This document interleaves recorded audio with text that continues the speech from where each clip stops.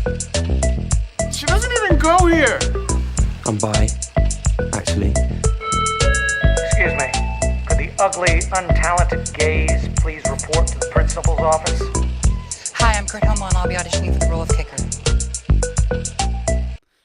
Hello! Welcome in, everybody. Thank you so much for tuning in to today's episode of Not So Straight Nerds. I'm your host, Luke. And I'm your host, Alicia. And today we are talking Spider-Man Brand New Day, the fourth Spider-Man movie yet. Yeah, so exciting. Very exciting. It's really fun to see these characters again after a good break. But really, to me, this kind of feels like a very fresh next chapter for Marvel in a lot of ways. I agree. And it's much needed, but it's good to know, despite whatever the state of Marvel is, Spider-Man's saving the day, figuratively and literally. So thank you so much. And this is definitely no exception. I'm very excited to talk about it.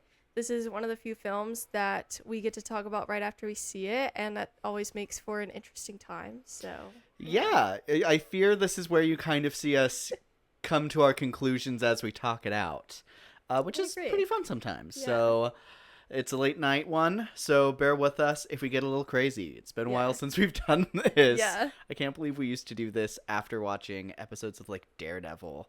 You were crazy. And had work in the morning. What was wrong with us?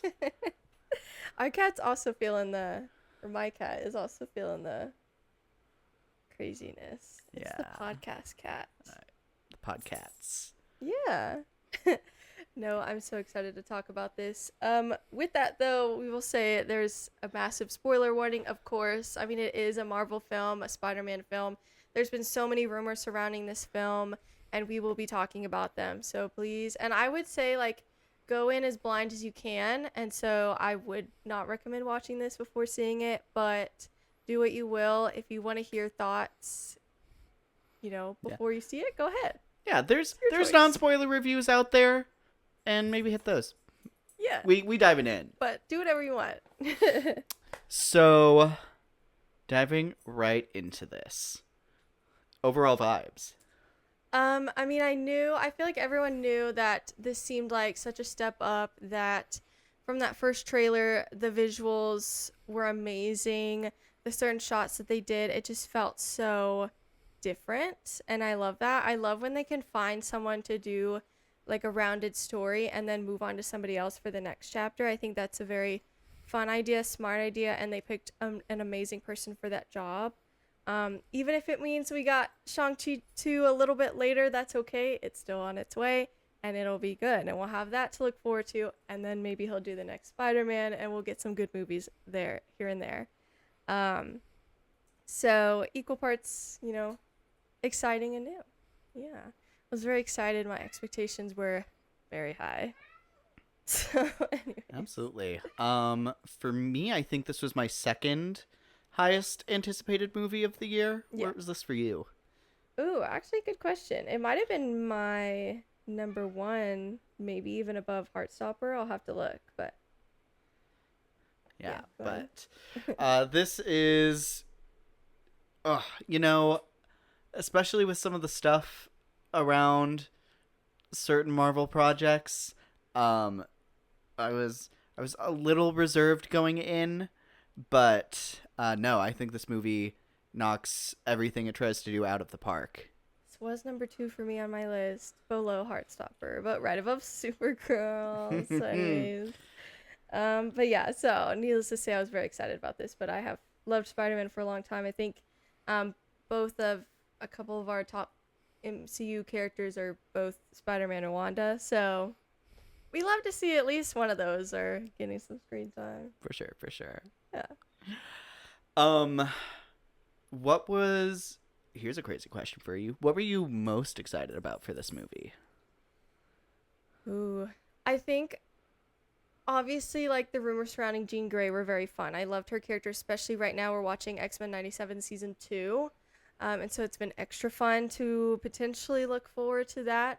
But I think honestly, more than anything, it was the culmination of multiple lovable characters. Like, we get classic Hulk back. We knew that in the trailer.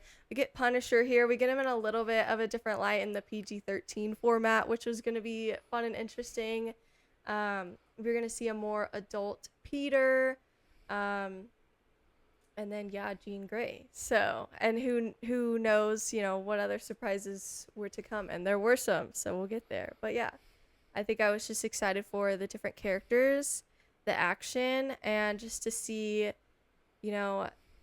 Dustin Daniel Craig do what he did in Shang-Chi, but here, I was very excited for what his vision would look like. So, I had a lot of faith in him. For sure.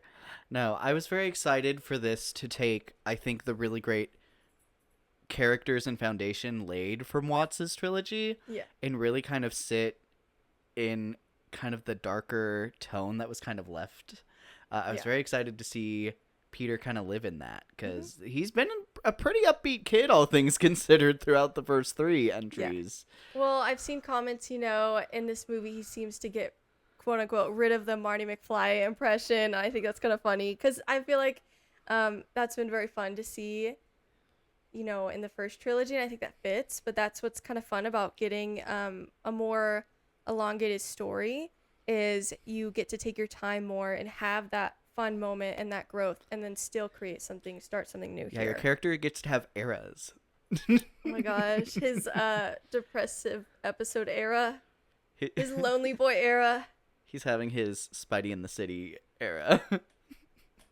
No, I've really enjoyed all that. So. No, very exciting. So maybe just jumping around. I want to start. Maybe one of the bigger highlights from some of the earlier trailers was the amount of villains that they were just kind of casually dropping. Quite a lot. It was interesting because, obviously No Way Home had a lot of villains, but that was kind of like the whole format of the film. So it was fun to see what they would do with that here. Again, still had some surprises here with, I guess since we're in spoiler territory, we had Tombstone, which I don't think we saw maybe in the trailer. I don't remember seeing him, but that was fun. I remember his casting was going around a lot, but he wasn't in the trailer from what I remember. Interesting. I did not know that, so that was a fun surprise for me. But obviously, like, Scorpion is back. We have the Hand in a very fun little visual format. Yeah, I don't know. Yeah, a couple of other randos out there in the montage. They're a lot of what you see in the trailer, and I think I always find it very clever to find how movies like this pad its trailers when it's trying to conserve so much for the actual story. Yeah.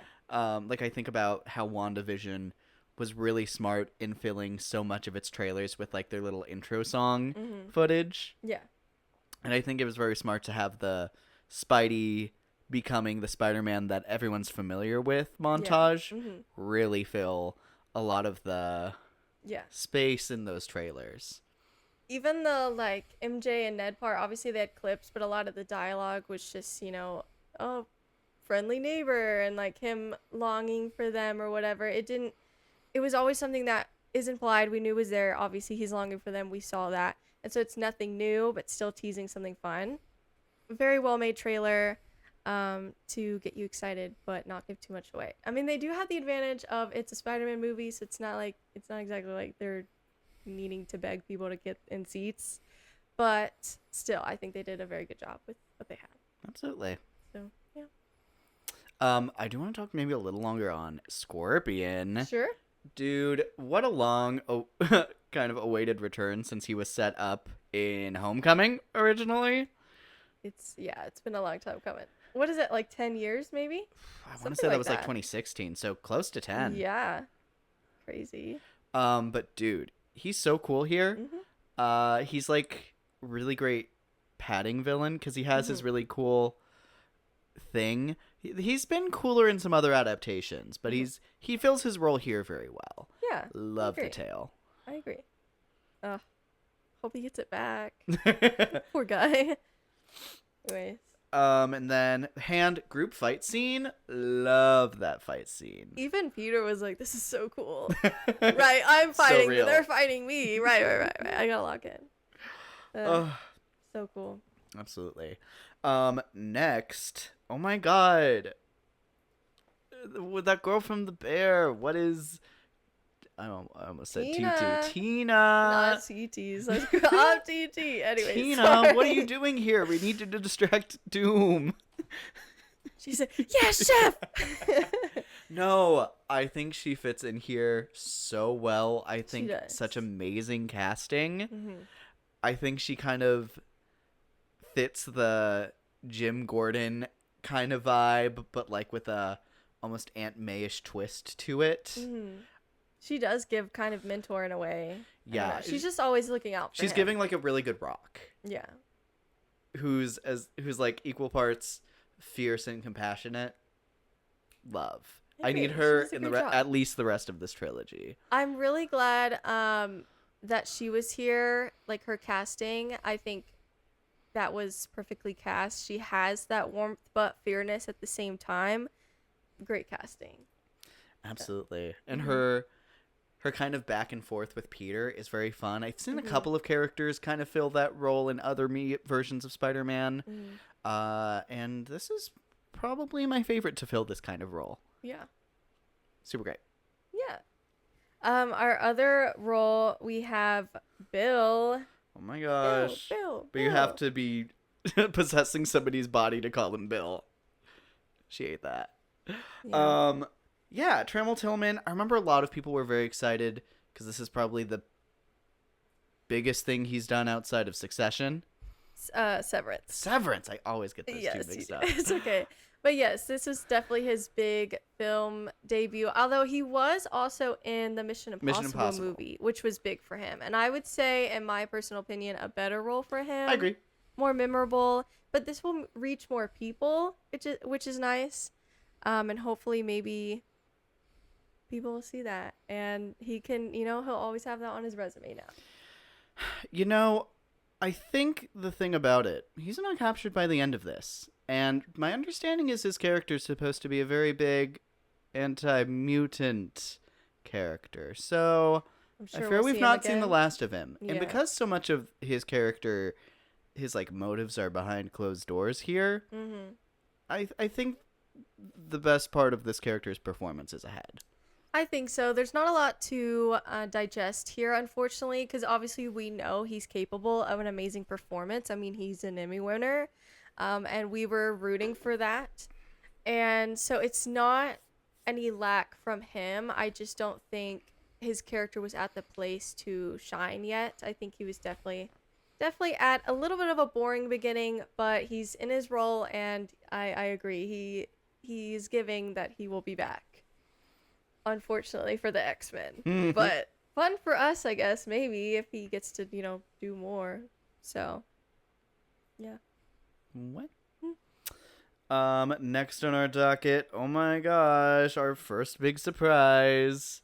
Yelena Belova was in this movie, which was such a fun surprise. I didn't hear a whisper Really? of that. Not at all. Did you? Yeah. Really? Yeah, I don't Like think you knew she was gonna be in it?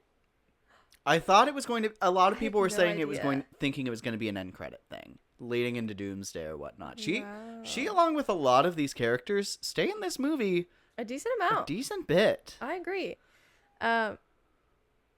Anyway, sorry. No, she's a big surprise. Anyway, sorry, my cat's distracting me. I was very excited for her to show up. That was a big surprise for me. I had no idea she was going to be in it in any capacity. I mean, it makes sense, and I'm glad. I'm glad some of the New York characters get to interact with each other since there's so many of them in one space. So yeah. No, in the buildup of like, I know someone we could talk to, and I knew she was in this movie. That was not who I thought he was going to go to. I thought he was talking about like Strange or something, and I Stranger was Wong. like, no, I was like, surely Wong, right? Because Strange is like not unless you're like changing that. So that was fun. No, that was a very big surprise for me. Yeah. The whole office bit. That's so her. The way she does dialogue is so fun. It's giving like the hot sauce and the mac and cheese. It's Yes. just so her character. I was thinking about this. I was like, does it bother me that her like presence in this movie was always like, you know, like in a spa, like half naked, whatever. But I feel, and you know, for certain female characters, maybe. But for her, I just feel like that fit for her, that her office would be a spa, and she'd force people if they want to have a meeting with her to also relax. That was great, and it gave us like a really funny Peter Parker look. I love that. What is her name? DeWolf. DeWolf. Yes, the detective also got to enjoy that. No, I think it's So- kind of genius because I think so much of what makes Yelena really pop as a character is the way she really kind of charmingly tries to disarm the other person in conversation with her. Yeah. And We then saw so much of that in the Hawkeye show. So much of that with Kate Bishop. Like, she's still so very clearly capable and deadly, but she is so charming. and the way she's like kind of like using that charm to belittle the person on the other end of the conversation, and then to have that be like in comparison, like, yeah, you're gonna get naked and get in this pool with me now. Yeah. I feel like that's like written so smartly. Like, what an Yeah. amazing decision. I agree. I love that she got to interact with Ned too. He was like, "Oh my gosh, she's Black Widow!" or No, she whatever. was so excited. It was like, and he has friends. Okay, but I will say I couldn't tell, because technically she's White Widow in the comics, but I don't think she's ever been called that. I couldn't really tell if he said white or black. I think Black. he said He black. said black. Okay, that's fine. Not a big deal to me, but anyways. White Widow's never really sticked. And Yelena's really struggled as a character until they cast Florence An Pugh. amazing, yeah. The best choice for this character. Yeah. But You wa- I love, that's what's fun about the MCU is when you have these little crossover moments, like who knew like Ned would interact with Yelena, but it's great to see little things like that. So who knew the Punisher and MJ would have a conversation? Like what? Speaking That's of, crazy. let's go there. Yeah, let's go. Frank! Frank! Hey! First of all, you're so much more interesting here than you were in your own special. So I love that for you. He has I don't know. he has a very different energy here than I think he's ever had before. And it's very fun. Very fun. Because we said in his special that it was becoming too repetitive, that we're seeing the same arcs and stories over and over again, the same struggles, turmoil. And so it's fun that it's still present here, but it's in a different, like, aesthetic or vibe. It's not like what his character is leading with, Mm-hmm. which I think is the smarter way to do it. Yeah. Like, I think it's supposed to be a very present thing about his character, but I think if you make that the thing about his character at every given moment, I think you kind of lose the magic, especially when you have such a great actor.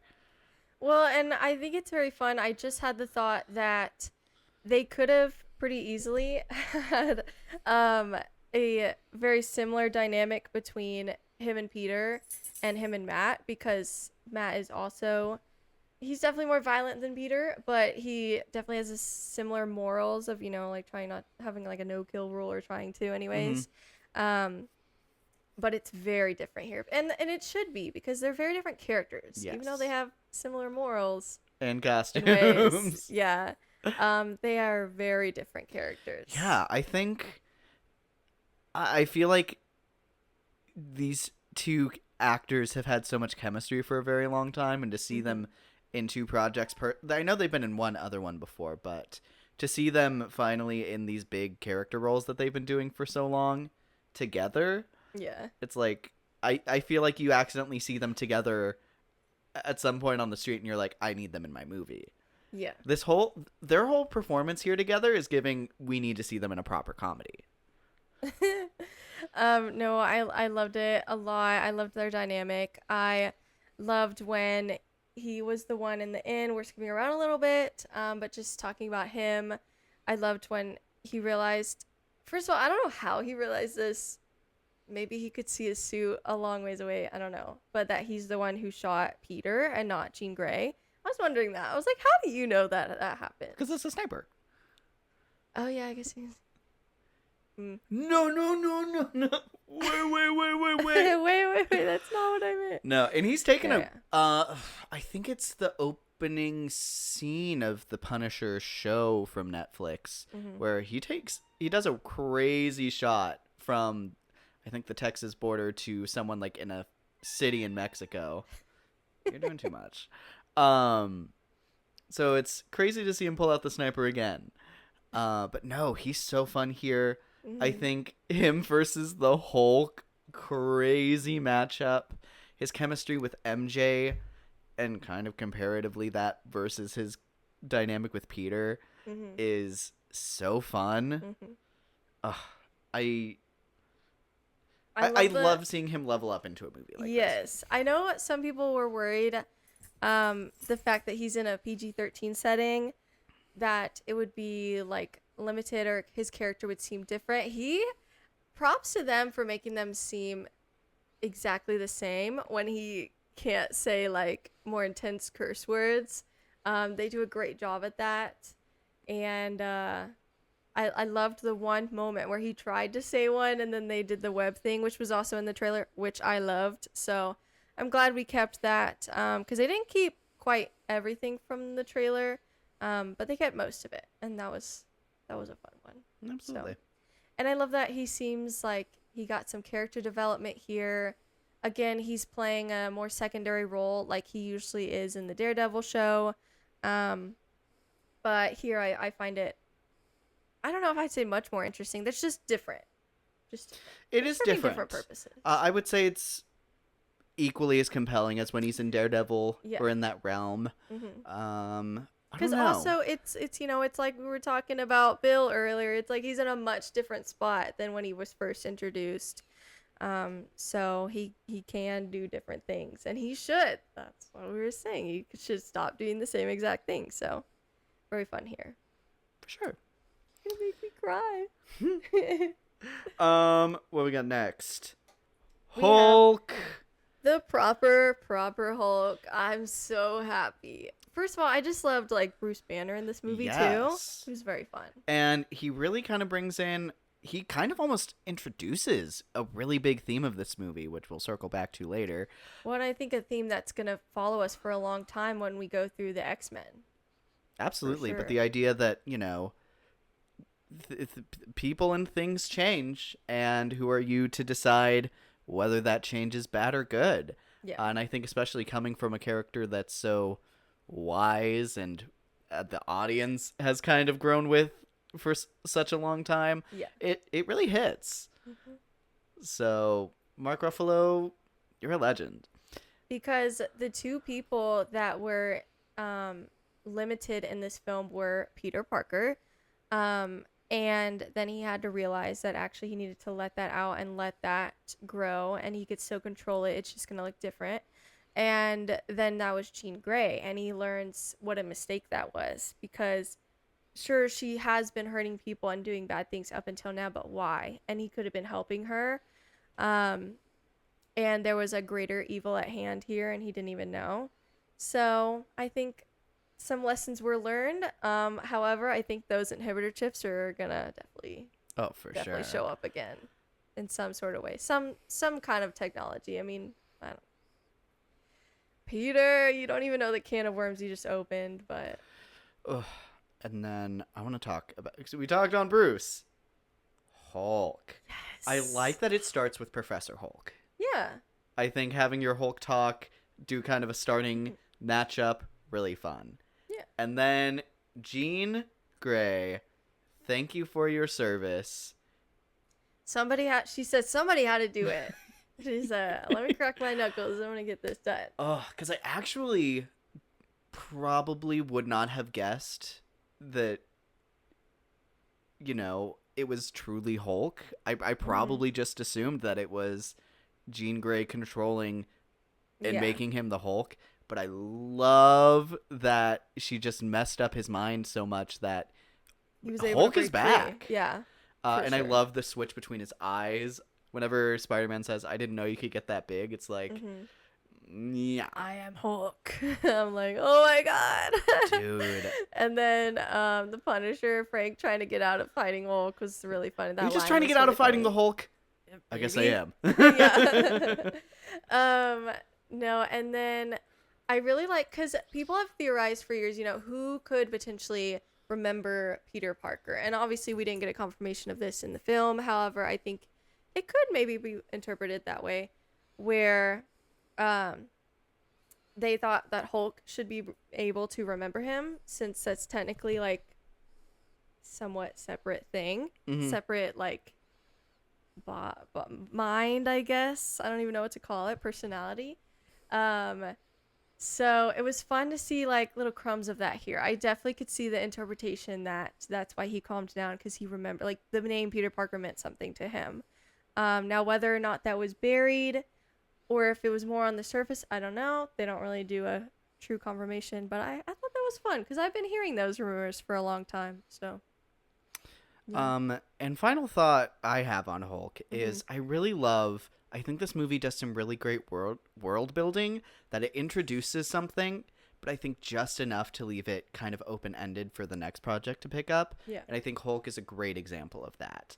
We see him get wheeled away in the hospital as Bruce, but we saw what just happened, and we don't necessarily know that it's gonna go back. yeah. So, and I think that the inhibitor chips, the ultimate where Jean Grey's heading off to, Yeah. there's a lot of really fun loose end pieces here that I think are perfectly explored to be picked up with some like giddy up the next time that we see them. I think that's so exciting. Well, I think, he brought up a really good point where his inhibitor thing, him and the Hulk are so separate, or able to be separate. It's not the same as Peter Parker, where whether he likes it or not, whether he has the suit on or not, it is one. And it's just kind of adding or changing powers that are already there. And so it's not as easy as like a almost split personality thing. So he's like, it's going to be more complicated than that, and very dangerous to limit some things and not others when it's not so black and white. Peter Parker, Spider-Man, like it's you're one person. Yeah. So it's a different situation. Same thing with Jean It's a Grey, really so. fascinating foil. I agree. Any last thoughts on Mr. Bruce? Just small thing, I loved the clap. They brought Yes, that from that new She-Hulk, clap. so that was really cool. Classic. She-Hulk, you deserved better as well. Next big one. Oh my gosh, we've been saying her name here and there, but let's talk about Sadie Sink as Jean Jean Grey. I mean, we knew, okay, guys, we knew, but the MCU sometimes does play in our faces, aka Wanda. I was gonna be really pissed. I don't know if I ever said this on the pod, but I think at some point to you I said, and you know what? I need them to get this stuff out, that name drop out of the way. I don't need this to be some like, hey, what's your name anyways? No, I need us to like, okay, deal with her. What, who is this? This is crazy. Yeah. Name drop. And that's exactly what they did. Thank God. Thank goodness. Oh my gosh, because it's like, we know, but also they like to tease Wanda multiple times and then she's not in it, and so I just was maybe like 10% worried. So glad we got confirmation here. But yeah.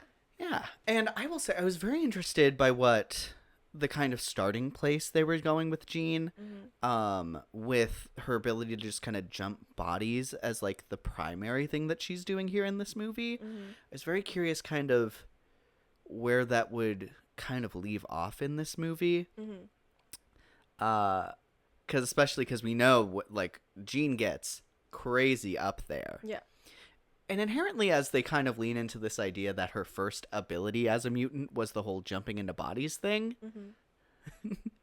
it is an interesting choice, considering I would assume, like, oh, you're a telepath. The, like, starting point's probably just, like, hearing people's thoughts. But instead it goes right to possession.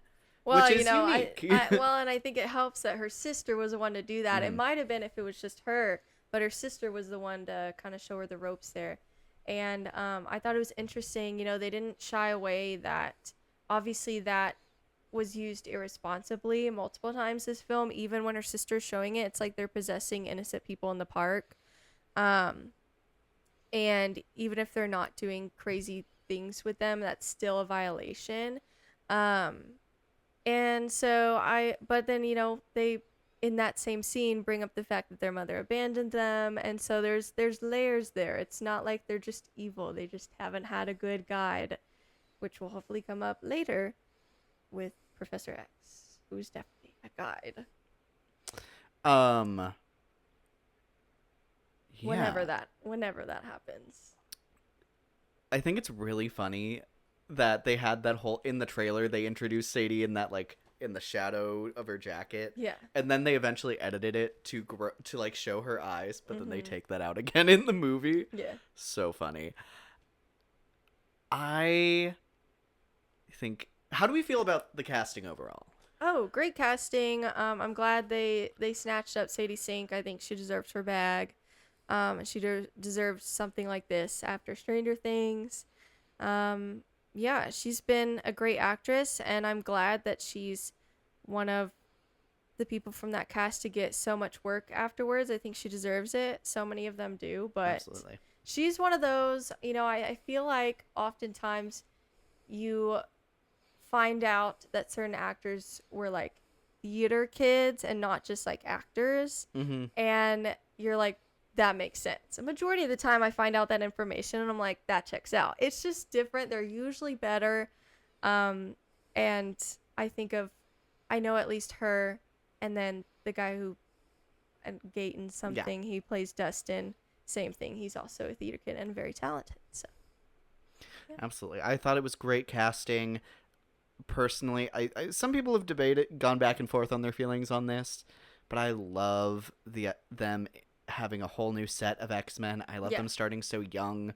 I think when people talk about concerns of the longevity of the MCU and the idea of just starting over, hate that. You're going to run into the exact same issues you're having now, except you've already told so many of these stories with so many characters, and it's all going to lose its weight because then when do you start over again? Yeah. DC's having that problem right now, and it's a drastic one. Well, and the last I heard, they're still planning on doing that. But, like the Spider-Man films are always good. We'll always have something to look forward to.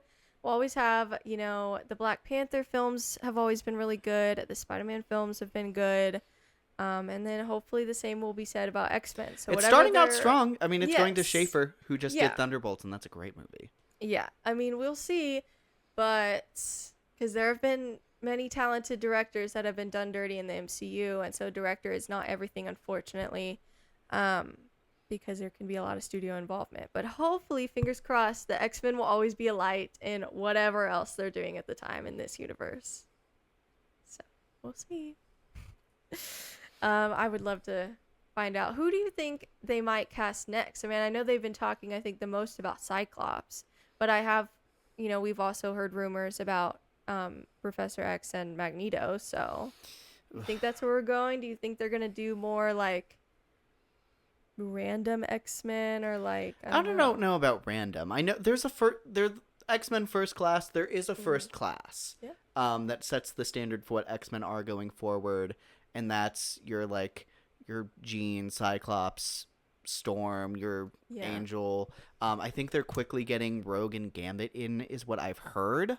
A little quicker than they typically do. Yeah. Which is honestly, with how big they are, can't blame them. Yeah, absolutely. I love the idea of starting younger and having this be a franchise that everyone will get to grow with and watch these characters and actors grow up. I think it's a really great opportunity, and it gives me so much more hope for the superhero genre going forward. I think it's great to plant your roots now. I was just wondering, because I mean, I hope they have a similar trajectory that the MCU Spider-Man has had, again, taking its time with its story because it has that benefit. But we'll see. It's also the Spider-Man movies. That's a huge character, and so it has made a lot of money. So we'll have to see what the X-Men movie does. I don't know. We'll see. Yeah. And casting will continue to be a really big part of that. Yeah, I agree. But I was just wondering, because I know like the DC, some people are, curious at the projects they're picking and the characters they're choosing to do this. So that's kind of what I was like, do you think they're going to do that, or do you think they're going to do a more like somewhat basic, but I would say solid I would casting? say, and X-Men's also pretty fun movie idea, especially if you're starting it the way it seems like they are, Yeah. where it's giving very X-Men-y, where characters can come and go, and then, you know, they can go Sure. off and do their own thing for a little bit, Mhm. and you can explore that. Yeah, they have the benefit of obviously you could still have your more classic team, but you can have a lot of fun, maybe less popular, less known characters here and there for some true comic book fans. So, yeah. Yeah, very exciting. Focusing maybe a little bit back more on Jean here. Yeah. I love the abilities. Mm-hmm. The choreography of all of these extras being hopped into, Yeah. so good. So cool. I- And I love like at first I feel like her powers in the trailer reminded me of Sue Storm's just because of like the light kind of bending thing, but it's definitely still its own thing here. And I love that. And people had things to say about Sue Storm's powers. I think it's always been really pretty, or it was always pretty in that movie, and I like what they're doing here. So. Yeah. At the very end, when it all builds up, it's very much giving Wanda's hex. But I think For to an sure. effective degree. I think it's so Yeah. cool. You see it extend out just like the hex did. I mean, and they've been compared a lot, so I think that's appropriate. I have heard some like X-Men stand complaints that Wanda was introduced at a time when no one thought they were going to get Jean Grey in this universe, and they kind of gave her a lot of the typical tropes that Jean Grey has, because Wanda historically is not moving things with her mind. It's not telepathy, completely new. It's probability hexing, and it's actual magic. And you know, I love Wanda, so I can't complain, but I can understand where those come from. Sure. But I think this movie does a great job setting up a very distinct feel that Yeah. feels very different from Wanda. I mean, it helps just having a very distinct visual difference there. Obviously, with the red magic, literally coming out of her versus like Jean Grey, it seems so. And I love that it seems a lot more invisible. You know, it's interesting. They said multiple times in this film that he's like the only one who can sense it. And so I wonder, like, what's the extent of that? Are people seeing these people like whip their head back? Are they seeing the little like squiggles in the air? Maybe they're seeing it all, and he's just, because I feel like if they could see the extent of the people bending back, anyone could just track that visually. So I just wonder the extent of that. How invisible is it really? No, no. It's hard No, to say. but I think the real thing is just it moves so fast. Yeah.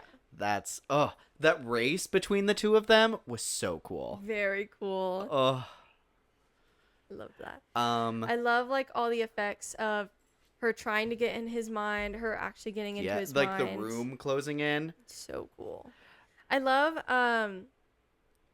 also his spidey senses were very cool. I guess we're skipping ahead a little bit, but Go for it. just quick thing.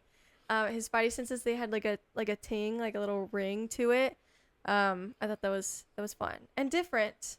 Because I think in the Watts movies it's a little more visual, which was also cool. Like everyone talks about the scene where he's detecting the Green Goblin, but here I feel like it's less visual, more like you can hear it, and the audience now knows that he's hearing something. So I agree. I think that's done really well. yeah. Jean Grey is searching for her sister Sarah, R.I.P., and she's looking for what is it? VMAX. Yes. And then I love that reveal. Yeah. That VMAX is the like torn label on the vent. I was only I thought it was I was like a little disappointed just because I was trying to think the whole time whose name could be VMAX, who could be, or like Code VMAX, Project VMAX. You know, I was thinking another character, something like that. I had my hopes a little high, but I still like the reveal, and upon a rewatch, it won't bother me. I think it's genius because I think it's meant to throw people off in that way. You're trying to think, who is VMAX? Yeah. What starts with a V? And I love that it's something so simple but Devastating. devastating. Yeah. And I think like the reveal, like it hits I think the audience and Jean in like the perfect ratio. Yeah. That like when it blows up, it's like it's chills. Ugh. And then I love the way that that's where she gains horror telekinesis. Because I was curious if we were going to truly get that here, but I loved what we saw. And I love that it's in the same vein of like, you can do a lot with telekinesis, but she did enough to make it like very foreboding instead of showboaty. Yeah, for sure. Starting it off. Very exciting. And then we have that scene where Spider-Man lets her into his mind, and then she has Aunt May talking to her and having that conversation that May had with Peter about how you can't do it alone, how being special is going to be scary. Dude, I had like a pregnancy scare in that scene. I was like, please. I was like, I don't think they're going there. But she's like, other things are changing too. And I'm like, no, no, don't do that. So thank God they didn't do that. I literally, you could ask Cole, I was like, please tell me she's not pregnant right now. Because, well, I didn't know what the timeline was of when she even said that to him. So maybe that didn't make sense. But he has too many suits. I don't keep track of them. So I'm like, the suit does not think for me. I don't know any more of this. And, you know, he looks the same as he does now because they filmed it like a year ago, so that doesn't help me either. Anyways, just wanted you to know what wild thought went into my brain there, and how glad I am that I was wrong. No, that was so sweet. I really hope that, you know, they interact again sometime in the future. I think that'll be interesting if the X-Men and the Avengers do end up having to fight, and if either one of them or both of them are ever somehow a part of that, because it's not like it's her X-Men. But we'll see. It's not even like that any version of Jean Grey's coming back that we know of, so it just says he'll be back. It did not say Doomsday, so I think that's important. However, it did say that he left the planet. And so, more in like, some way he's gonna be involved in one of the movies. I don't know which one. But who's to say? It's gonna be one of them, so we'll see. Changing gears. Next we have MJ. Zendaya, you are on a run. You are a star. I love that now, after this movie, you're gonna be the highest grossing star, and you haven't even had Dune yet. Yeah. I'm so glad. First of all, since we're in spoiler territory again, I'm so glad you didn't die. There were whispers about that. They're like, oh, she's wearing so much black on the tour. I'm like, I feel like you people are just scarred from, I guess, Stranger Things spoilers. Millie Bobby Brown's press tour where she wore all black because she was mourning her character. I'm like, you know, black is also all over his suit. And she's been known to dress up in whatever movie she's in. So, but very glad that she did not die. Love that he got to also catch her. That was very fun. Yes. And both like similar ways. He did the web thing and he caught her in the same way, which I thought was fun. It was fun like combination. His own catching thing. Speaking of also other references, they have a scene where it seems like she's maybe remembering him or figuring it out. I'm like, okay, she's smart, but this is out of nowhere. And then she pulls up the mask to do the kiss, and I said, this has to be fake. Please tell me this is fake. Please tell me this is Jean. And it was. No, I clocked that. No, yeah. She was putting the pieces together too fast, and I was Yes. like, oh no. I'm like, no. This has to be fake, because I was hating it, and I'm so glad. It just felt way too fast, way too cheesy, for it to be real. So I'm glad it wasn't. That was dude, a gag. Zendaya, I love when actors get to play characters pretending to be other characters. I love that. She killed that. Yeah. I actually want to shout out a lot of the actors who had to act like they were being possessed. I feel like there wasn't a weak link. I really like the one guy when she first starts bringing up MJ and Peter Parker and all the things.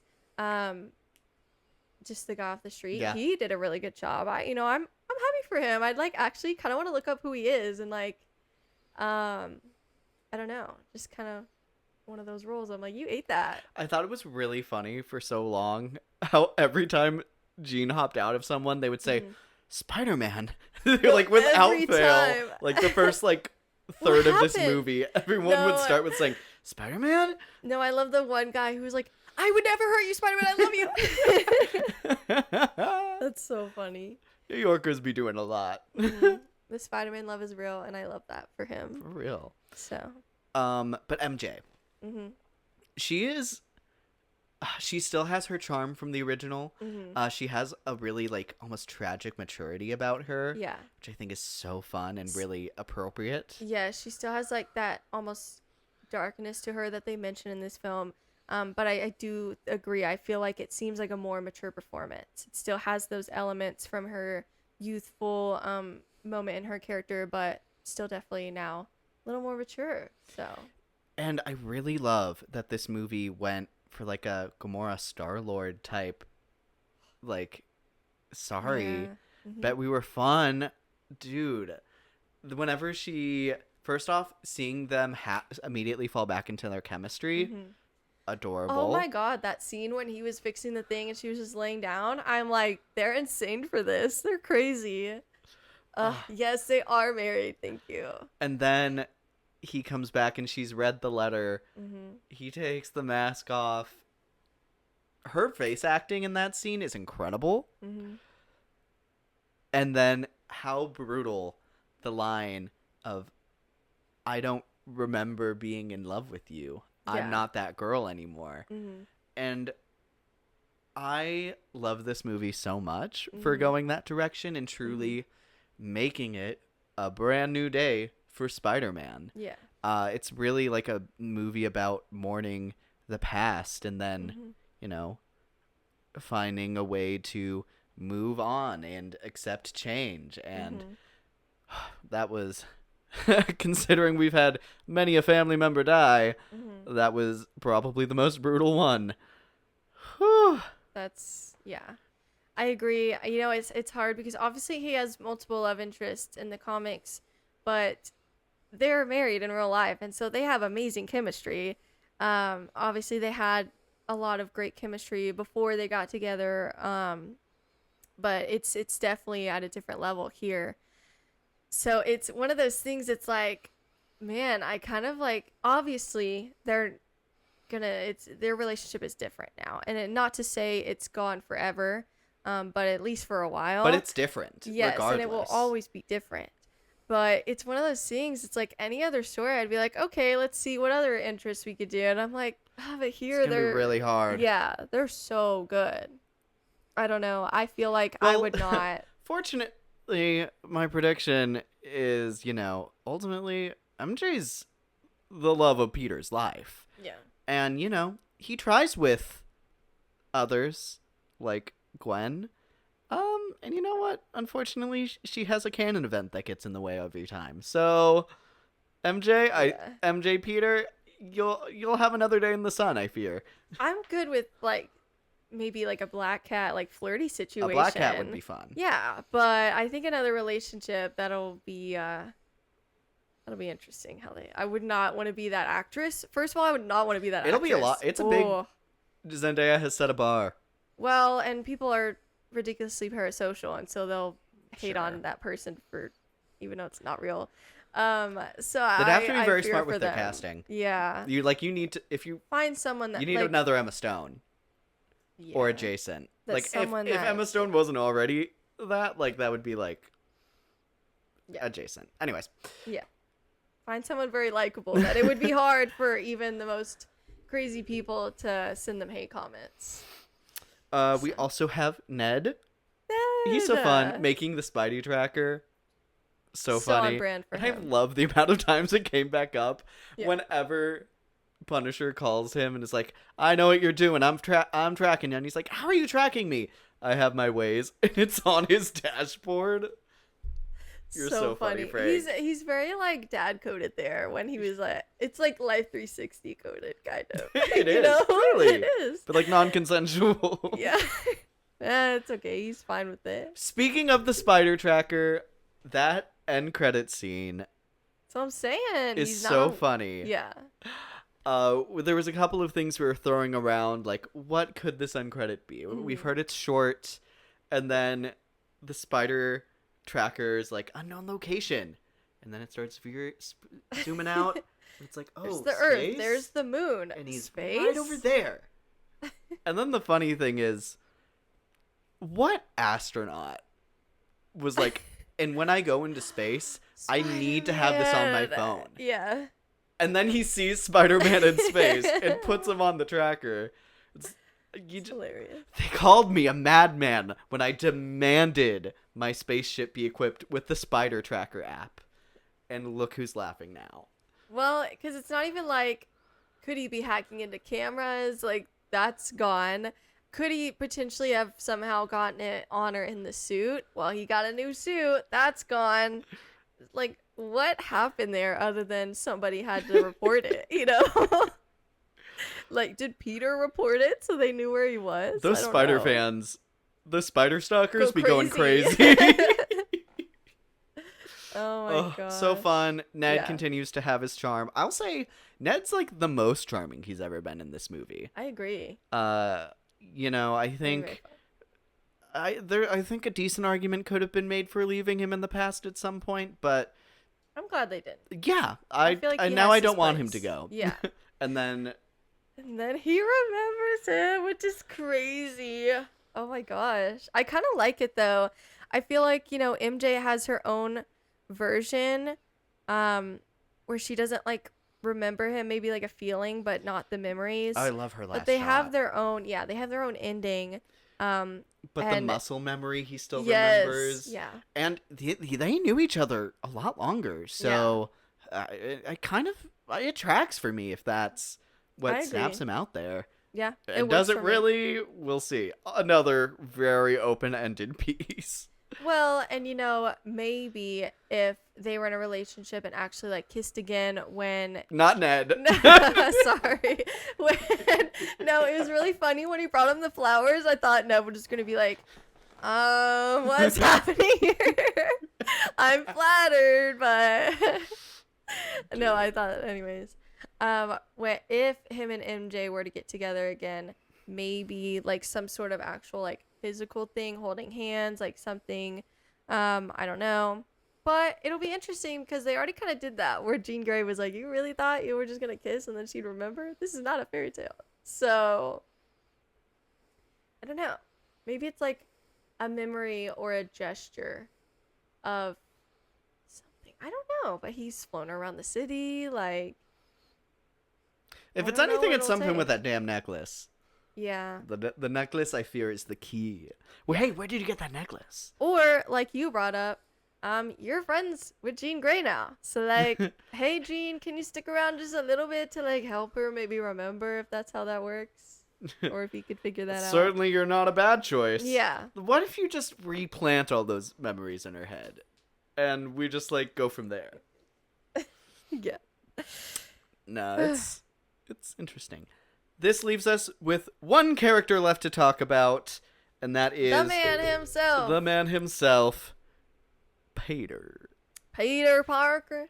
No, the jokes have always been really funny this entire time of people being like, who's Peter? I even made the joke when Tom Holland came on screen and was talking about Spider-Man. I'm like, seems like a cool guy, but what the hell does he know about Spider-Man? No, No. I RIP think to those jokes. he's had really great characterization before. I think it has grown pretty steadily as he's been Spider-Man. I think Homecoming had a very, I think, sweet kind of 80s arc to itself. And then I think Far From Home, I love his arc. No Way Home, super love his performance there. Yeah. But I feel safe saying this is my favorite yet. Absolutely. I totally agree. And, you know, I've obviously seen a lot of comments of people complaining about, like, the, Iron Man Jr. of it all. And I don't know. I was like, again, that's kind of the fun part of the MCU is you get these fun character interactions and relationships that you wouldn't in, like, a standalone kind of trilogy. I never felt like that went on too long, and he had his arc of becoming his own person. But it is fun to start a new chapter where he really is like on his own person. Shout out to his look in this film. His curly hair is amazing, and I think it's looking its best here. I love how much everything seems so practical. Like they're no longer using like the face shield, I guess. And it was a little jarring at first just because I wasn't used to it, but it was very fun here. And I like that you can see, I think, more of his facial expressions here, and it's like more organic than like CGI'd. This is the best Spider-Man suit, period. I will stand on that. I think this is great. No notes. Don't change it ever, please. Please. I just know you will because you want to sell another toy. Please don't. You'll sell enough toys. Like, it's Spider-Man. You don't need to make another outfit. Like, it's okay. It'll sell anyways. No, So perfect. I agree. The suit, it's bright, it's functional, and what I really love about this adaptation of Peter is it leans into just how smart he is, and he's handy. He's a tinkerer. He's an inventor. And I love that he's no longer like Iron Spider territory, but he's still definitely always upgrading his stuff, which is fun. Yeah, like, obviously I loved that part in Far From Home anytime he gets to be smart and is making his own things, but here he really does it independently, which is Yes. fun. I love that he finds his own space for that, separate from everything else. So, yeah, because then we get like the scene of Jean Grey in his apartment, which is very fun. Yeah. Oh, I love the look with the juicy pants. Yes, that's so funny. Cunty Peter Parker is amazing. I want to talk. Is that my shirt? Girl, it's a black tank. No. It's a black tank top. I know you didn't recognize that shirt. The pants, maybe. Yes. But the shirt, I know you didn't recognize that. And it looks good on him, so let him keep it, okay? Thank you. Dude, I want to bring up the man spider of it all. Yeah. I feel like at some point I had to say it on the podcast. But going into this movie, I was like, and you know what? What do you mean people are saying that they don't think it's smart to go full man spider? And notoriously, I have not been a fan of the organic webbing in the past. Really? Kind of point blank period. Like, you know, I think there's a time and a place for it. As I think here is done really well. But Yeah. ultimately, I love that Spider-Man does his own webbing. That's how it's started and was until the Sam Raimi trilogy. That was new. And I remember I was like, if they don't go full man spider here, I think missed opportunity. And frankly, I'm going to be upset. But I actually love what they did here instead. Well, and they have, I think, a good amount of scenes where he's pretty, like, freaked out and grossed out by the organic webbing, so it still works. I love when he, like, first wakes up in the cocoon. First of all, the sleepwalking goes crazy. But I love when he wakes up from the cocoon and he has the first, like, organic webbing, and he's like, ah, get it off, get it off. That's so great. When it comes out and it's, like, gooey, and he's like, what? That's so gross. The fact that you can like see it like sticking out in his arm. Ew. I would hate that. He's better than me. I'd like rip that out of my skin. I couldn't. Like, that's so gross. Ugh. No, it was really cool. I love the animation, or not, like the visual effects of his organic shooters blasting off his tech webbing. Mm-hmm. And like the new like little slit in his suit, whatever. That piece of his arm is cool. I now love it. Specifically in the idea that it's like a leveling up. It's him changing both as a character and physically. It's truly a next chapter, a brand new day. I'm very excited. Mm-hmm. When he finally accepts it and lets it overtake him, I said to Cole, he's channeling the Avatar state right now. Like, he's locking in. Dude, the Spider-Man Upgrade. Avatar state goes crazy. Oh my gosh, Beyond the Spider-Verse, use that. Anyways, so funny. But yeah, no, super loved it.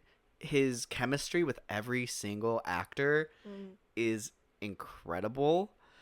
I know there was one of the biggest appeals to Andrew Garfield's Spider-Man that's I think people have missed is the like charm with random New Yorkers on the street. Yeah. In your honor, we're back.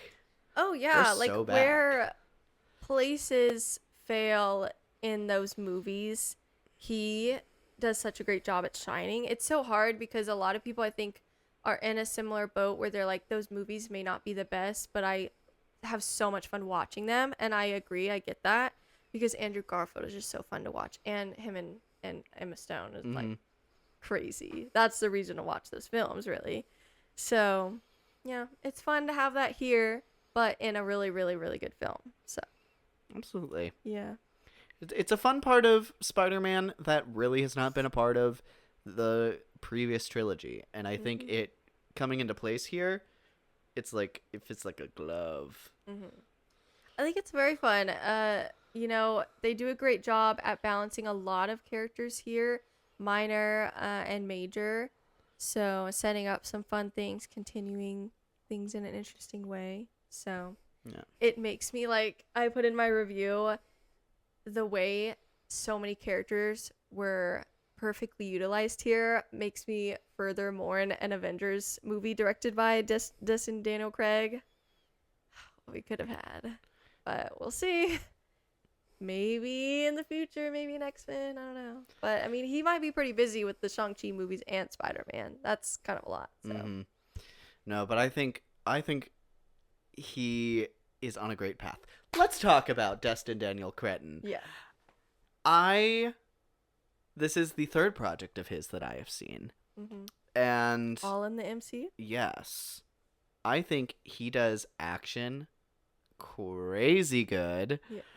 I think his character work can be really great. hmm But the action of it all. He's such a great action director. And I think within a blockbuster, he has gotten that to an art. With Shang-Chi, I think you have such a great introduction, and I think a lot of people were excited to see that get translated into Spider-Man. And I think he goes above and beyond to really focus on practical where you can. And then just And have you can Spider-Man. tell. Yes. You can tell Yes, you here. It's can. so fun to see the amount where you're like, that had to be practical. That's awesome. Yeah. And having Spider-Man do some crazy shiz here. I love, and I saw you reacted to it too, but I also loved it when he's fighting the hand and towards the end of the movie and it like flips the camera. So cool. Dude. But several moments, you know, they have some slow-mo little look at this shot thing, and I eat it up. It's not cheesy. It's not like showing off. It's just so Spider-Man, comic booky. Maybe in some genres it wouldn't work, but I think here it does. I think slow-mo, you have to be selective about it, but it really helps when a big part of your character's fighting is that he just is able to respond to things so fast. Yeah. It works more times than not with Spider-Man. I agree. Very, very fun. I think he's so talented, and I'm glad that they, you know, gave him this big movie, if not Avengers. Because, you know, it's not like it's his fault. A They very decided acceptable to take trade-off, it. I think. Yes, I agree.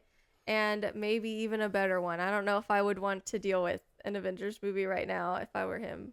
I'd have faith in him, but I don't know if I'd want to. The Spider-Man's a much safer bet, and he does a really good job with it. So I don't know. I feel like in the timeline where King's actor wasn't such a problem, I would have loved to see his Kang Dynasty. Because I or think, if they just, you know, recasted yes. crazy concept that you've done recently.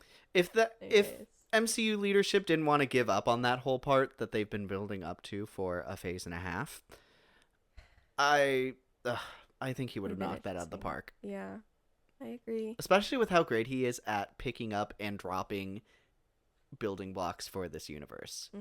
Like He continues and introduces multiple characters here really, really well. and I think that's that's another piece that I think he does really good in Wonder Man and Shang-Chi. Mm-hmm. Like, he finds really good places to focus on the world building that's already happened and then leave pieces for what can happen. Well, I know people, you know, they give credit to Russo brothers that they're usually pretty good at dealing with some ensemble films. You know, I feel like that's more so with certain characters. And I think most people would agree, you know, when you look at, obviously, they do a great job with select characters, but then a lot of people complained about how they dealt with Thor in Endgame. And so, like, I feel like everyone did a great job here, which much less, to be fair, much less characters to deal with here. But every character I thought was, like, perfectly done here. That's all I'll say on that. Anyways. Surely. I've seen some people saying that they can't wait to see what his first non-MCU big movie looks like. Yeah. And people saying that he could be in the same vein as Ryan Coogler, which I think I would love That'd to be see that awesome. proven right. Yeah, I'm sure he probably wants to do that someday. I don't know when he wants to do that. But I would definitely support it. If there's ever some downtime, maybe he film Shang-Chi 2 and If you have some downtime, just like film another blockbuster on the side. I'm saying after, you know, a couple blockbusters that we know are coming, Shang-Chi 2 and obviously inevitably another Spider-Man film. Maybe take a little break, do something else. What? Or do a little like limited series or something. I don't know. I'd be interested to see Maybe what he would like want to a do. second season of something. Huh. I think that's a perfect segue into some recent Marvel news that I think I saw this morning, right? That's Yes, when it I dropped texted about today. Speaking of his projects, Wonder Man Season 2, just a few months after it was announced to get a Season 2. And weeks after it was announced that its lead character is Emmy nominated. And after it was his project that's now about to hit probably $2 billion at the box office with the way the projections are looking at this weekend and the reception. So it's going to have, you know, longevity. They said, yeah, that's the perfect time to cancel Wonder Man Season 2. If you haven't heard, I'm so sorry that if we're the ones delivering this news to you, we're just as angry as you are. I'm like dumbfounded. I'm confused. Like, why renew it and then take it back? That's like worse. Just cancel it then. Like, what on earth made you doubt this? The actor has come out and said he's disappointed. So it's not like, you know, something happened there. Obviously, your director's still in Marvel and doing a great job and wanting to be here, so that's not a problem. He's still on the loop. Any other scenario doesn't really matter. You have your director and you have your lead actor. Even then, like, director doesn't even matter in the long run as much. But anyways, so it's like, what happened? It did really well. People loved it. Got great reception, and it's Emmy-nominated performance. And you already said you were renewing it, and everyone loved that. So what on earth are we doing here? I'm confused. I'm upset. No, people. It's like the way, you know, they're treating Sam's Captain America right now and so many female characters. It's like we're regressing in multiple ways. And it's infuriating. infuriating. It really is. At what point is this like offensive? When does it get to that point?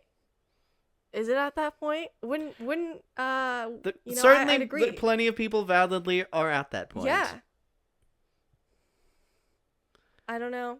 Between all I of don't this know what and to tell fumbling you. Blade of all people admitting that you can't make a Blade movie, I'm sorry? You're crazy. It's just, I just don't know what to tell you. Your lead person overseeing everything, Mr. Kevin Feige, is blatantly lying to audiences to justify the hastily, brought together film of Avengers Doomsday. It's just, you're gaslighting us. You're lying in our face. It's just frustrating. It's frustrating to see something that was doing so well just crash and burn in so many areas. And you have some great stories here. Sure, obviously you have some bad stories here too, but it's like you're not holding on to the good. you're just completely disconnected from what people are liking and why they're liking it. Like, at what point, it's like the Wanda of it all. True. It's like, you're sitting on, well, maybe not at this point. Maybe people are sick and tired of it and are gone now. But at some point, you were probably sitting on a really good Scarlet Witch project that could have made a lot of money. I mean, Multiverse of Madness didn't make almost $1 billion because of Doctor Strange. No offense. Yeah. At least not alone. Anyways, it's just so frustrating. Michael Waldron, when I catch you. I'm just over it. That's why I'm holding on to the good projects here. I love that we got Spider-Man, but I separately am infuriated in so many other places and just kind of over it. It's really unfortunate. I think considering Kevin Feige is like end of the day like an executive, that's his job. I think up until the past like maybe 3 years or so, he's done a really good job at coming across as a creative still. And I fear that has completely gone away. His Thanos comment the other day is just actually like, what are you doing? Who are you? What are you thinking? Who's like your PR Who jumped into person? your body? No, like who is your PR person who told you to say this, that this was an acceptable thing to say? I can't believe he said that. I have no words. I can't believe he said that. I guess if you don't know, Yeah, sorry, we've been mentioning it a lot. If you happen to not know, the other day after all the Comic-Con stuff, Kevin Feige was responding to, how do you feel about fans' concerns about, Doom having little to no build-up? He said, well, Thanos had little to no build-up. All the build-up was pretty much in fans' minds, which is a blatant lie. It's not even like, yeah, I could see it. No, that's actually objectively not true. Now, was he a huge character in multiple films and projects? Obviously, no. No one was ever claiming that. But you don't have to have a huge build-up to still have build-up. He was in, briefly, but he was in, or mentioned, in multiple projects. Also, I think what's important is Thanos was just as important as the Infinity Stones, which were also very present in multiple projects. So to say that all the buildup, or most of it even, were in fans' minds is just a lie. You are lying in our face. You have you're either just a liar or you're like dumb. You just haven't even seen your own projects. Like, because either you're aware that that's not true, so you're a liar, or somehow you've made and watched all these projects and are unaware of what's in your own films. So a couple of years ago, he had a really weird comment where he was like, I don't think we've ever made like something along the lines of like a perfect film. There's still like every film there's something I would have liked to have changed. It's like that, like, dude, what are you talking about? What purpose does that serve? It's just it's okay to admit you were building towards something that didn't work out. Just stand on that. Just say we were working towards Kang and that didn't work out. So now we're really going Pivot. We're pivoting into this Doom thing, and it's gonna be great. We have great people working on the project. Da, da, da. That's all you have to say. That's all you don't. The solution is not to lie to your fans, who apparently know the content a lot better than you do, which is crazy. Anyways, enough about that. Absolutely. We'll have this conversation again, I'm sure, later. Before we on. get ranking, I wanted to ask real quick, what is something you would like to see for the future of Spider-Man? Ooh, I don't know. That's actually a really good question. I feel like this is great, but where do we go from here? I don't know. Do you have any ideas? Maybe I can just bounce off that. We have so much going on that I think is so core Peter Parker here. But you know what big piece is missing? My guy don't got a camera in his hand. You know? We could see him, have an actual job and stuff. Mayhaps. And that can bring in some other interesting characters. It's a great excuse for Peter Parker to be going around different places and meeting new people. Yeah. I think maybe expanding some more core Spider-Man roster characters would be interesting. You know, I think there's a lot of... As great as this film is, you know, our main antagonists are X-Men characters. So, and it's Spider-Man. He has as big of a plethora of villains as Batman does. So there's a lot to explore on his own as well. Yeah, I agree. And, you know, what was really fun for me that I wanted to highlight was one of the final fight scenes where he was fighting the Hand for the last time, and he was doing it without the mask. I thought that was very fun. That was a way to, like, you know, Tom is obviously a very great physical actor because he has to be when he's in the suit so much, but he does a lot with his face too. And so it was very fun to still get a fight with his face. And so that could be fun to get a lot more scenes with him without the mask. Yeah. It'd be very fun. Since the actor, I forgot his name, but the guy who plays J. Jonah Jameson. Oh, yeah. He said that he's not coming back and has no interest of coming back. Fine, but who do you get instead? I think with how big the Bugle is, does he have to report directly to J. Jonah Jameson? I don't think so. But also, would I recast him? I'd hold off as long as I can. I agree, unless you just stand- find someone really good. I don't think it's impossible to replace him, but I think it's going to be pretty hard. Yeah. But someone inevitably is going to take the role of, like, Big Boss, like, mad at Spider-Man, hates Spider-Man. Someone's going to take that role in some way, shape, or format. So you got to at least give them something else to do. So they're separate, or they're just going to be compared to him anyways. So, I don't know. Just find a really likable actor or actress to take that kind of role. I'll be sitting on that one. I would love to see him with the camera, though. And then now we can get more of him and Ned. I'd actually be, we got a lot of obviously him and MJ, and obviously she's still going to be around in some capacity, but Ned is the one who remembers him now, so I would be interested if maybe Ned could be a part of the story more. I think that could actually be really fun, because he's a very fun character. He's the guy in the chair. Yeah. And, with where their story is going, seems like him and MJ are going to take a beat, so I feel like this is the perfect opportunity to do that. Surely. Even though still gotta have my girl Zendaya in it in some capacity, but I feel like story-wise it would make sense for it to be, unless they do a time jump, which they could. Who knows? Who knows what this universe looks like in 2 years? I don't know. Or whenever we get the next film, probably longer than that, but it's been 5 years since the last one, people. Pretty much. Almost 5, so crazy times. Let us know what you would want. I'm sure a lot of you guys out there have a lot of ideas. Next up, we are going to be ranking the 11 Spider-Man movies. Actually, I'm gonna what if we just say them? Okay. Sounds good. Yeah, there are a lot. And I feel like I could say quick things about these and be fine with that.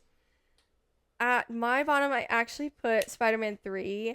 I'm actually not a huge fan of what they do with, like, the Venom Peter Parker of it all.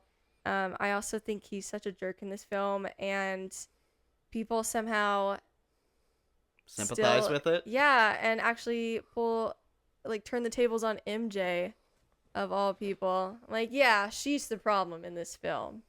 It's like, oh, she won't just take blatant disrespect. She's a bitch. It's the fans too. It's the fan reactions that's like mixed into why this is my least favorite film. I also just am not a huge fan of the film. It's fine, but the fan reaction doesn't help. So, yeah. For surely. My 11 is also Spider-Man 3. Yeah. The best part of this movie is Sandman. Yeah. Everything else, I agree. whatever. And he has such like greased back hair, so he looks, looks so bad. cringy. Yes, he looks so bad in Like this film. it's acting like he's having a glow up, and he's not. No. Ugh. Not great. Anyways, then I have The Amazing Spider-Man 2, which I actually do like. I mean, in some capacity, I like all these Spider-Man films. But I feel like this is the first one I'm like, yeah, I like it. It's not great. And I think a lot of people acknowledge that. But there are fun things to hold on to here. Again, Peter and now Gwen Stacy's chemistry here is amazing. Obviously, it's emotionally devastating what happens to her at the end. But there are moments that shine here for sure. Surely. My number 10 is also The Amazing Spider-Man 2, and yeah, Emma Stone and him are like the only good thing. Next I have The Amazing Spider-Man.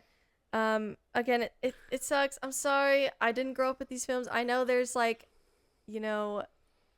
a certain group out there that loves these films, and I'm so happy for you. There's groups that love all of these films, and I'm so happy for you. They're just not for me. I didn't grow up with them. So most people agree that usually your favorite Spider-Man is the one you grew up with, and I actually mainly started with Tom Holland's. I got a pretty late start. Now, obviously, I've seen a lot of clips of these on TV growing up, but proper sit down, my first one in theaters was Tom Holland's Homecoming, so I guess Civil War too, but anyways. Yeah. I'm sorry. My number 9 is also The Amazing Spider-Man. I like the Lizard, I like Andrew Garfield, I like Emma Stone, but the writing of it all. Like, It's the just- action's pretty yeah. cool, but then, like, he starts on a really hard path, and then it just, like, detours, and I feel like from there it just kind of goes down. Next, I'm so sorry. I know this is gonna piss people off, but I put Across the Spider-Verse. Now listen, okay, I've only seen this film once, and I saw it in theaters, and I wore my Gwen Stacy costume. I had the full thing. I wore like pink Converse instead of ballet shoes. I wore this in a public theater, okay, people? I was excited about this. I did not care about public shame. Thank you very much. The sound of it all, and I don't know if you remember this because some people didn't have this problem, but both of us did, where a lot of people were having trouble with the sound of this film and not being able to hear the dialogue, but everything else was so loud. I had that problem, and it was hot in the theater. And it was just kind of a horrible experience. I can't even sugarcoat it. I hated sitting in that theater. It was a miserable experience. I couldn't wait for the movie to end. And it's not necessarily because of the writing. Like, I know I'm being harsher on it just because I had a horrible experience. I need to rewatch it. I acknowledge that. I will before Beyond the Spider-Verse. But I can only judge with what I've seen and what I've experienced thus far. And it wasn't, I don't know. It wasn't the first film. I feel like the first film was so great that following it up with this one was almost worse. Like, it's a solid film, but it's just much lower than the first film in my opinion. I can't fathom the people that like this like a lot better than the first one. I'm not in that group. I'm so sorry. Maybe I'll change my mind and I'll stand on that, but that's what I feel right now. So I'm sorry. Heard? I know that's gonna make people mad. I'm sorry. Oh, don't worry. I'll do worse. My number 8, I have Spider-Man, the first. I love that so many people love this movie, and I think there are great parts about this movie. And I'm going to stop there. My next film is Spider-Man Far From Home. I still think this is a solid film. I think, considering this is usually regarded as the worst of his films, I think that's pretty good. And I can see why it is. And it's my least favorite of his films, but it's still pretty good. I think I gave this like 3.5 stars, something like that. Yeah. So, it's good. Thumbs up. It's just not my favorite. He's just not in New York. It's like Only Murders when they're not in the building. We'll see how that turns out in the next season. Anyways, moving on. What? My number 7 is Across the Spider-Verse. I'm completely in the same boat as you. I can't fathom being in the world thinking that this was a better movie than Into the Spider-Verse. Visually, it's a level up. I think it's a Sure. gorgeous movie. I love all of the different styles. I love all of the different Spider-Men and Spider-People. I think it looks so cool. I think it's fun. The story beats for me just kind of bring up a lot of issues Yeah. that I feel like too many Spider-Man characters are on the wrong side of things without, I think, doing the appropriate plot work to show why they're there. It's Like, such it a feels weird to bummer. have... It's like it's such a bummer of so many Peter Parker characters or whatever, or Jason. I'm just And like, I think it's really unfortunate right now with the uphill battle that Miles Morales as a character in the general public already has, to yeah. have every other Spider-Man be like, and you know what? Everyone's allowed And to wear the you're the mask problem." except you. Yeah. And then also be like, and you have to let timelines die, because that's what Spider-Mans do. And it's like, no, that's not what Spider-Man is. And what are you telling me? There's hundreds of Spider-Man that are following that line of reasoning instead of being Spider-Man. Yeah. It's so bizarre to me. Yeah, I agree. I Anyways, don't know. A lot of cool characters, but the writing of them is not fun. So sorry. My next one is the first Spider-Man movie. I actually really like this one.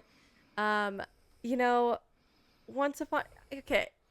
In my heart of hearts, I like this one better than the second one. However, you'll notice I haven't said the second one yet. So, can I acknowledge that, like, how it's me, like, the second one is better? Okay, whatever. But I love the first one. I love Green Goblin, where everyone is a huge fan of Doc Ock, which I am too.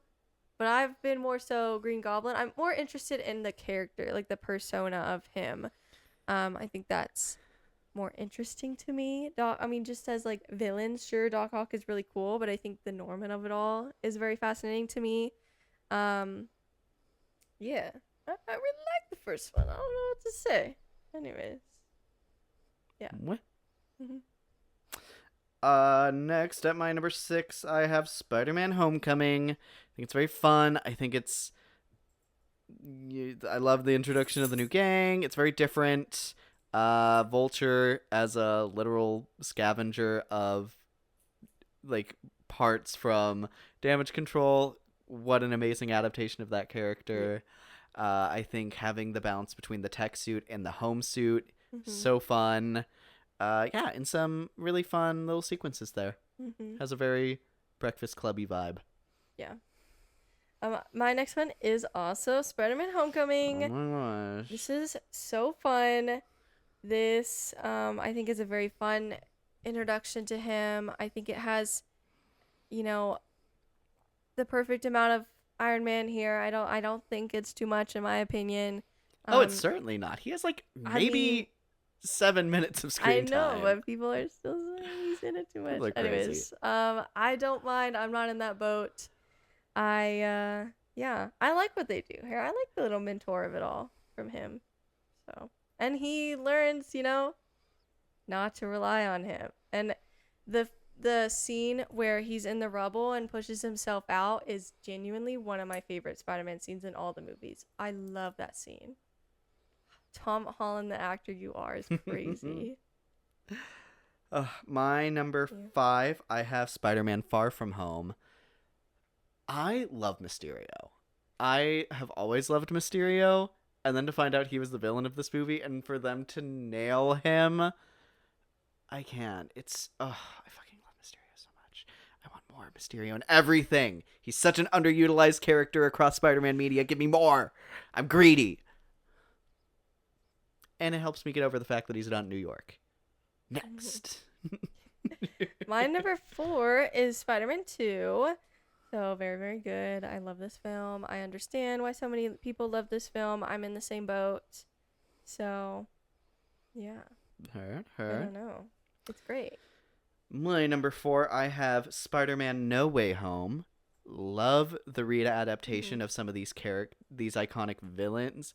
Maybe not always iconic, but I think restructured in a way that makes them iconic. Yeah. I think it's super fun. I think bringing in the other Spider-Men is really fun. The whole Aunt May of it all doesn't work for some people, but it hella works for me. Oh. Yeah, super fun. My number 3 is Spider-Man No Way Home. I love this film. It's one of the few movies I've seen in like a huge IMAX theater. Now it's not like the proper IMAX, but it's like a really good quality. And so I had a great experience. I saw it Thursday opening night. So it was literally packed. Everyone was cheering. It was like the ideal experience to watch No Way Home in. That was me. I saw it with some friends, got to debrief afterwards. One of the people started saying something and was like, shh, by their friend. That was really funny. They're like, get out of the building first. Get out of the building first. Anyways. Yes, it was very, very fun. And I don't know. I feel like with the amount of MCU movies that have brought back older version of characters, this is, I think, easily, unless I'm forgetting one, easily like the most well done of it all. I think they use them the perfect amount, and it's in a meaningful way. Like, it makes sense that they're here. It's not just for a crowd pleaser moment. Yeah, I'm thinking of like certain characters in Multiverse of Madness, Deadpool and Wolverine. Even though I like Deadpool and Wolverine, but certain characters were... Surely. Yeah, and these were used very well here, and they still shine in their own ways. Yeah, I agree. Yeah. Very impressive. My number 3, I have Spider-Man 2. Doc Ock, I think, is such a fun character. I think the amount of effort they put into this character, like, is still super impressive today. I think Alfred Molina, I think that's his best role. I think that's whole Spider-Man being too much Peter Parker, love how that compares to Brand New Day where it's the opposite problem. But yeah, I think that movie is so cool. The octopus versus spider of it all, their action is just so cool. Oh, okay. My number 2 is Spider-Man Into the Spider-Verse. This was so good. I understand if this is someone's favorite film. Totally understand that. This was mine before Brand New Day. And even then, I don't know, maybe recency bias. I haven't watched Into the Spider-Verse in a while, so I don't know. But still really good. They're both, like, these top 3 or 5 stars for me. Spider-Man 2 is really close. But yeah. Into the Spider-Verse is just so good. I like Miles. I'm like scared if you ever come into live action because I don't know if I trust it. I need to see the director, okay? What project are you in and who's directing it? And then maybe we'll see if I have faith in that and them treating you correctly and casting you correctly. That's been a big thing is he's, correct me if I'm wrong, he's like Afro-Latino? Yeah, I believe so, yes. So, and a lot of people have not been doing their fan casts for that. Like, I've seen a lot of, obviously, like, Caleb Laughlin, which, you know, visually great, but he's not both of those things. So, and the MCU doesn't always do a good job of that. So, we'll see. Indeed. If you're not going to do it right, just don't even adapt him.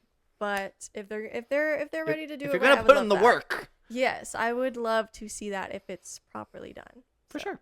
Yeah. Well, we still have Beyond the Spider-Verse, so. Yes. And we'll see. Number 2, I have Spider-Man Brand New Day.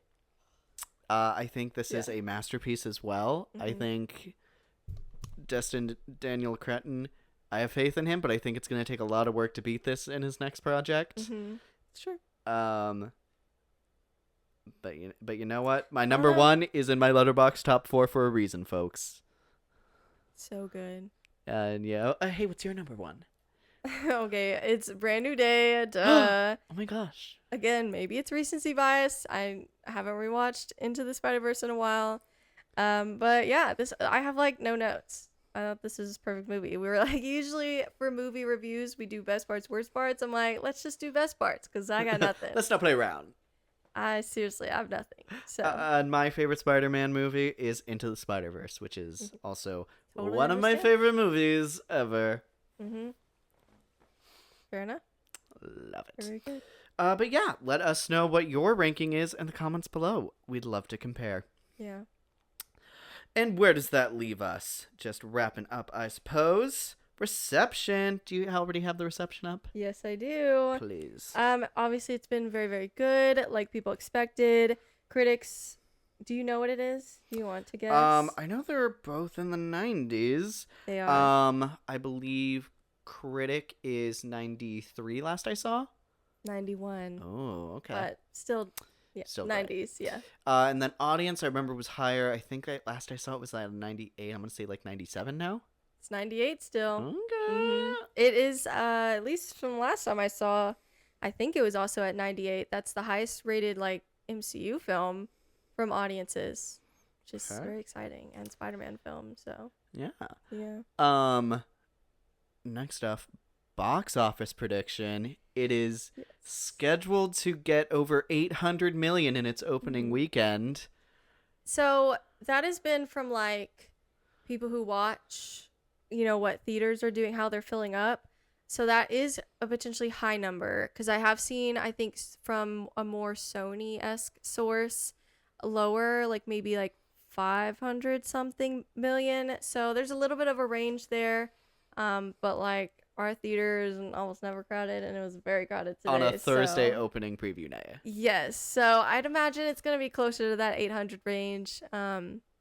So it's going to do great. I don't know what the ending is going to look like for them. It's hard when we don't have a for sure number.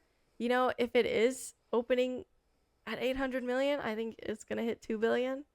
But if it's not, maybe not. I don't know. But it was reviewed really well. It's going to get great word of mouth. It's getting people excited. Everyone wants to see the new Spider-Man movie. It's one that you don't want to miss. So it's, I'm sure the next weekend drops are going to not be that bad. So be really Absolutely good. not. Yeah. So where do you think it's going to go? Where do you think it's going to land? I don't know. I don't think it opened, or it's going to. I don't think it's projected as much as No Way Home, I don't believe. I could be wrong about that. Please correct me if I'm wrong. But I don't think it is. But that made 2 billion or almost. I don't know. I think it definitely did. It's one of the highest grossing. Yeah, I was thinking it did. I do still think this will get close. Plus, it's coming out at the perfect time where, like, nothing is going to compare in the next several weeks. Like, literally nothing is competing with it, really. Very, very minor movies. I don't know. I kind of do want to say it'll make 2 billion. Ooh, No Way Home grossed 1.9 billion, so it didn't. I was cross 2 thinking, billion. I was thinking at 1.96. That's what I had in my mind. Okay, in that case, I guess then I'll go down. I'll say 1.8 billion. That's exactly Just what a I little thought. bit odd. Well, it's okay. We can have the same one. We can both win. No, I'm gonna be better than you. I'm gonna say No points here. I'm gonna be 1.9 billion. Okay. I'm gonna be hopeful. Speaking of hope and the lack of hope, this was on your draft score. For those who don't know, we predict a different roster of movies for the summer, and we bet on its performance at the box office and reception.